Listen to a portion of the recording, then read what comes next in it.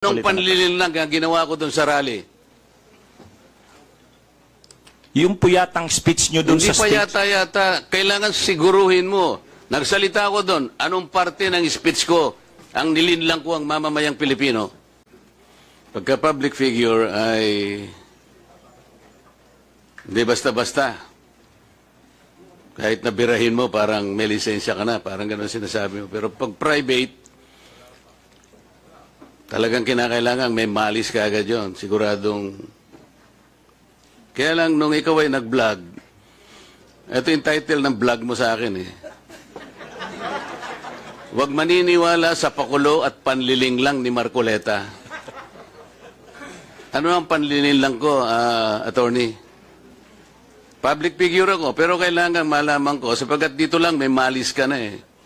Una, hindi mo ako kilala, ikaw hindi rin kita kilala. Pero dito lang sa title na title pa lang, huwag maniniwala sa pakulo at panlilin lang ni Marcoleta. Attorney, kahit kailan wala akong nilinlang na mamamayan ng Pilipinas. Wala kang karapatan na akusahan mo ako ng ganito. Kung ang pinag-uusapan ay gusto mo lang ma-informahan ng mga nagpa-follow sa iyo kung sino-sinong maraming nagpa-follow. Pwede mo ba sagutin ito muna? Ano yung panlilin lang na sinasabi mo rito? Marami na po kasi akong naging hindi ko ano yung particular na. Ito pakikita ko sa iyo, ayan Hindi ko po alam kung anong particular doon na. Attorney, gumawa ka ng vlog.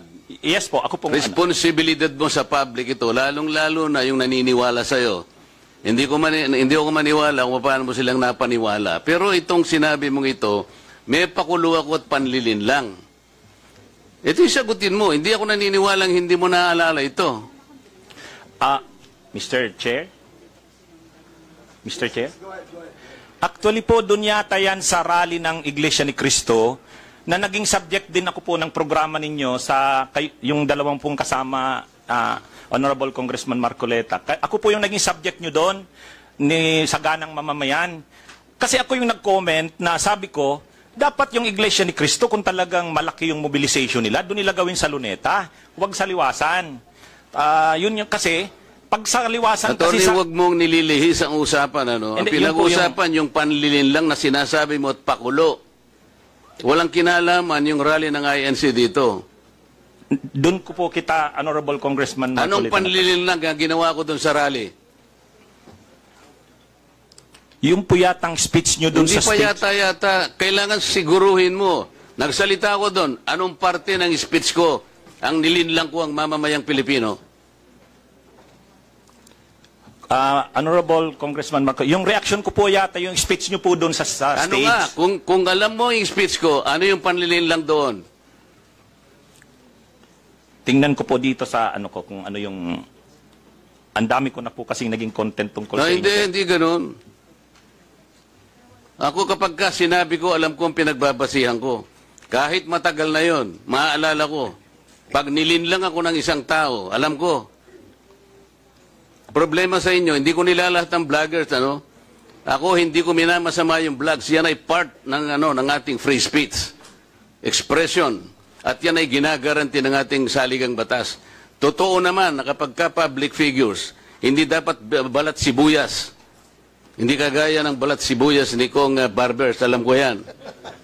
Pero hindi nangangahulugan. Kailangan i-establish ninyo. I-establish mo. Ikaw ay abogado pa rin, kagaya na sinasabi mo, nagtuturo ka pa sa isang reputableng institusyon. At pagkatapos, tinatanong ko lang ngayon, ikaw ang nagbablog, Basta po tungkol po talaga yung naging topic ko po kayo tungkol dun sa rally ng Ano ANC. nga yung sinabi ko sa rally na naninlang ako ng Pilipino? Wala ka man lang maisip? Ito yung uri mo na hindi kailangan talagang nagbablog Nami-mislead mo yung mga tao. Nililinlang mo yung mga tao. Ang dahilan ay hindi mo man lang masabi kung ano yung aking mga panlilinlang na sinasabi mo rito. Pakulo at panlilinlang. Hindi ganyan yung mga vloggers na kilala ko. Yung mga vloggers umaatake rin sa akin, pero hindi ako balat sibuyas. Sapagkat may basihan ang kanilang sinasabi. Yung pinag-uusapan siguro namin dito. Gusto nila niyang tingnan siguro kung ano yung mga seeds ng mga aming pinag-uusapan dito. Hindi ako balat sibuyas, pero ito, wala akong makitang panlilin lang na ginawa ko sa ating mamamayan. Ikaw, ang lakas ng loob mo na mag-vlog. Abogado ka pa naman. O ano? Panoorin ko po mamaya itong kung ano yung Yan ang hirap sa atin, specific. Mr. Chair. Ano po kasi, Isip-isipin mo, bigla ka na lang gagawa ng isang vlog na ngayon ay tatanungin kita ng diretso, wala ka man lang masabi, kahit isang panlilin lang. At ang inaakala mo, baka sakaling doon sa rally. Ibig mo sabihin, naharap ako sa rallying pagkalaki-laki para manlin lang ako ng mamamayang Pilipino? Hindi ka karapat dapat na abogado eh. Hindi ka dapat magturo sa Ateneo. Sinasabi ko sa iyo ngayon. Ako hindi ko inaukusahan ng mga vloggers. Kahit masasakit ang sinasabi nila, ngunit merong basihan. Meron silang pinagmumulan na basihan. Kamukha nung isang vlogger, Mr. Chair. Nakita niya yung isang tarpaulin, isang billboard na-install doon sa SLEX. Isang female vlogger, Mr. Chair, na napanood ko. Etong si Marcoleta kanya, walang kahihiyan ito Tanga pala eh. At ikinahihiya na rin siya ng mga kapatid niya sa Iglesia ni Cristo. Sapagkat, akalain mong gagawa siya ng billboard, isasama niya kanya si Pastor Kibuloy. Hindi ba niya alam na si Pastor Kibuloy ay ganyan. So, kinakailangan, Mr. Chair, nasagutin ko. Ang pagkakasabi ko lang po, nasagutin ko. Miss ka ako, hindi kita kilala, pero medyo nasaktan lang ako, pero nandun na lang, pagpapasensya na kita, sapagat ako ay public figure. Kung ako lang ako ang ginanito mo, okay lang eh. Kaya lang kita sasagutin sapagkat yung mga nakikinig sa'yo, baka malin lang mo. Baka sila'y mailigaw mo sa paniwala na ako nga ang gumawa ng billboard na yan. So ipinaliwanag ko, Mr. Chair, hindi ako ang gumawa ng billboard na yan. Nakita ko na lamang po na biglang kasama po ako ron. At hindi naman po ipinaalam sa akin nung gumawa. Siguro po dahil si Pastor Kibuloy po ay tumatakbo ring isang senador, inakala niya sigurong magiging maganda rin para sa kanya kung kami po'y magkasama. Ako naman po'y wala namang magagawa tungkol doon. Pero hindi ko na po, wala na po akong reaksyon sapagkat public figure nga po ako eh. Lahat kami ay tatamaan. Ito nga po yung napakagandang pagkakasalita po sa Korte Suprema eh. Mr. Chair, basahin ko lang, maliit lang po ito. The interest of society, ito po yung United States versus Bustos. The interest of society and the maintenance of good government demand a full discussion of public affairs. Complete liberty to comment on the conduct of public men is a scalpel in the case of free speech. The sharp incision of its probe relieves the abscesses of officialdom. Men in public life may suffer under a hostile and an unjust accusation.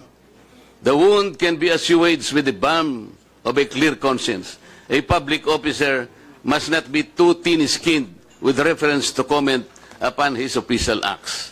Kaya ko na lang siyang itolerate, Mr. Chair, yung babaeng yun eh.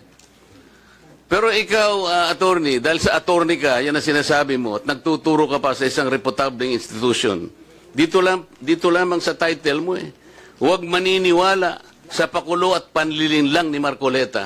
Pagkatapos ay tatanungin kita ngayon, kung anong panlilin lang ang ginawa ko, wala ka man lang masabi. Kaya naman kitang idemanda pero hindi na kita pagtitsagaan eh, kung ikaw lang. Gusto ko lang malaman ng mga tao na walang basihan itong ginagawa mo.